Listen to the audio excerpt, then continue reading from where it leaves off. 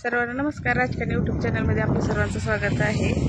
तर हा सास्तूर तेरणा नदीचा पूल आहे. तर कालच्या पावसाने एवढं पाणी आलेलं आहे नदीला.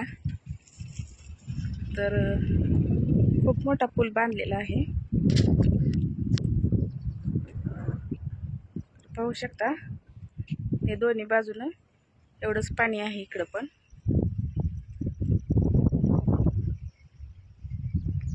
पूर्ण मोठा रोड आहे. हे रोड गोपाळ मार्गे लातूरला जाणार आहे. सास्तूर इकडे